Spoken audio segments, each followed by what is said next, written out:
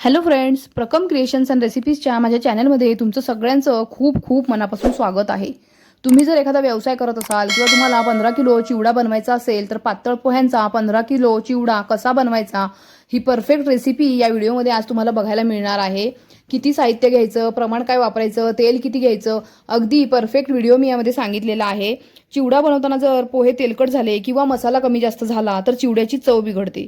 पोहे भाजताना देखील योग्य त्या पद्धतीनेच भाजले गेले पाहिजे। त्यामुळे ही रेसिपी शेवटपर्यंत बघा।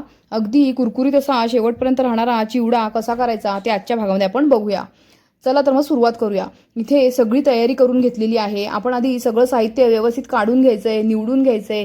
इथे शेंगदाणे निवडून चाळून घेतलेले आहेत, डाळ्या सुद्धा चाळून घेतलेल्या आहेत, खोबऱ्याचे पातळ असे काप करून घेतलेले आहेत, कढीपत्ता स्वच्छ धुवून नितरून घेतलेला आहे, मिरच्या सुद्धा स्वच्छ धुवून बारीक अशा चिरून घेतलेल्या आहेत। सगळे मसाले आपण इथे एका बाजूला काढून घेतलेले आहेत। आता आपण चिवडा करायला सुरुवात करूया। इथे 2.25 लिटर असं तेल घेतलेलं आहे। परफेक्ट असं प्रमाण आहे इथे तेलाचं। तेल गरम करून घ्यायचंय। तेलाचं प्रमाण सुद्धा परफेक्ट असं असणं आपल्याला गरजेचं आहे। टेम्परेचर हे अगदी व्यवस्थित ठेवायचंय। खूप कडक तापवायचं नाहीये किंवा खूप असं हलक्या गॅसवरती सुद्धा आपल्याला तळायचं नाहीये। शेंगदाणे छान असे कुरकुरीत झालेले आहेत, ते काढून घेतलेत। त्यानंतर खोबरं टाकताना आपल्याला गॅस अगदी बारीक करायचा आहे। बारीक गॅसवरती खोबरं छान असं गोल्डन ब्राऊन होईपर्यंत तळून घ्यायचंय। सगळं खोबरं आता आपण काढून घेणार आहोत। त्यानंतर आपल्याला घालायच्या डाळ्या। इथे 1 किलो शेंगदाणे, 1 किलो खोबरं आणि 1 किलो डाळ्यांचा आपण वापर केलेला आहे। सगळं साहित्य छान असं गोल्डन ब्राऊन होईपर्यंत आपण तळून घ्यायचंय। तुम्ही बघू शकता किती छान अशा डाळ्या सुद्धा तळल्या गेलेल्या आहेत। त्यानंतर आपण मिरच्या घालायच्या आहेत। मिरच्या छान अशा बारीक चिरून घेतलेल्या आहेत। ही 1/2 किलो हिरवी मिरची आहे। छान अशी खमंग कुरकुरीत होईपर्यंत मिरची तळून घ्यायची आहे, त्यामुळे चिवडा जास्त काळ टिकतो। आता इथे आपण कढीपत्ता जो धुवून घेतला होता तो सुद्धा घालायचा आहे। तेलामध्ये कुरकुरीत होईपर्यंत 2-3 वेळा वर खाली करत असा कढीपत्ता कुरकुरीत होईपर्यंत तळून घेतला आहे, म्हणजे चिवडा जास्त दिवस टिकतो आणि चव सुद्धा छान येते। इथे आपण 100 ग्रॅम कोकम घेतलेले आहे। कोकम सुद्धा आपल्याला छान असं तळून घ्यायचं आहे। ते सुद्धा कुरकुरीत झालं की गार करायला बाजूला ठेवायचं आहे। नंतर आपण त्याची मिक्सरमध्ये पावडर करून घ्यायची आहे। इथे 10 किलो पातळ पोहे छान उन्हामध्ये दिवसभर वाळवून घेतलेत। ते चाळणीने आपल्याला चाळून सगळे तयार करून ठेवायचे। त्यानंतर पोहे भाजायला सुरुवात करायची आहे। छान असं पातेलं आपण तापवून घ्यायचंय। पातेलं तापवून झाल्यावर थोडे थोडे करून आपण यामध्ये पोहे घालायचे आहेत। साधारण 1 ते 1.5 किलो पोहे, आपलं पातेलं किती मोठं आहे त्याप्रमाणे घालायचे आहेत। दोन्ही हाताने आपण छान हलवत हलवत असं राहायचं आहे। व्यवस्थित बारीक गॅसवरती आपल्याला अगदी कुरकुरीत पोहे होईपर्यंत छान असे भाजून घ्यायचे आहेत। इथे थोडेसे उन्हामध्ये गरम करून घेतलेत पोहे, त्यामुळे मस्त असे मोकळे पोहे झालेत।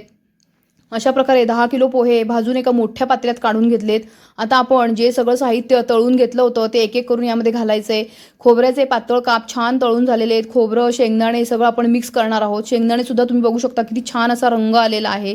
डाळ्या सुद्धा अगदी छान तळल्या गेलेल्या आहेत। हळूहळू सगळं साहित्य आपण यामध्ये मिक्स करणार आहोत। मस्त असं चव याला छान येते, रंग सुद्धा छान येतो। तुम्ही बघू शकता किती छान असं दिसत आहे। आता यामध्ये तळलेली मिरची घालायची आहे। कढीपत्ता छान असा कुरकुरीत झालाय, बघू शकता। हाताने थोडासा कुस्करून घ्यायचा आहे, त्यामुळे छान अशी चव येते चिवड्याला। आता हे सगळं थोडंसं कोरडं साहित्य आपण मिक्स करून घ्यायचं आहे। हे सगळं एकजीव करून झाल्यावर बाकीचे आपल्याला मसाले घालायचे आहेत। आता इथे 1/2 किलो अशी साखर मिक्सरमध्ये बारीक करून घेतलेली आहे। छान साखर बारीक करून यामध्ये मिक्स करायची आहे। साखरेमुळे गोडवा येतो, चव छान लागते।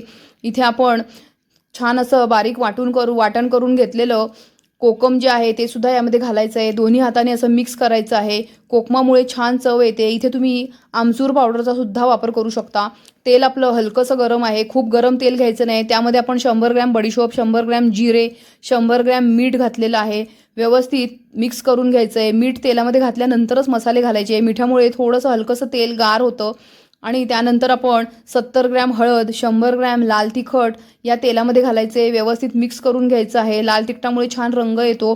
आता यामध्ये आपण 100 ग्रॅम कोणताही आपल्या आवडीनुसार असा चिवडा मसाला घालायचा आहे। इथे 100 ग्रॅम चिवडा मसाला घातला आहे, त्यामुळे चव छान येते, रंग पण छान येतो। तुम्ही बघू शकता छान असं तेल आपलं तयार झालेलं आहे। हे चिवड्यावरती आपल्याला ओतायचं आहे। इथे आपण एकूण 2.25 लिटर असं तेल घेतलेलं होतं। 2 लिटरमधलं थोडंसं तेल काढून ठेवलेलं आहे। तेवढ्याच प्रमाणामध्ये हा परफेक्ट असा चिवडा बनला आहे। खूप असा तेलकट पण बनलेला नाही आहे।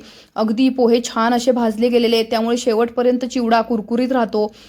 पोहे भाजताना परफेक्ट असं गॅसचं आपण आच ठेवायची आहे। खूप मोठी करायची नाही किंवा अगदी मंद गॅससुद्धा करायचा नाही आहे। छान असे पोहे भाजून घ्यायचे, त्यामुळे शेवटपर्यंत चिवडा आपला कुरकुरीतच राहणार आहे. आता हे तेल आपण त्यामध्ये ओतलेलं आहे. परफेक्ट असं मसाल्याचं प्रमाण मी इथे दिलेलं आहे.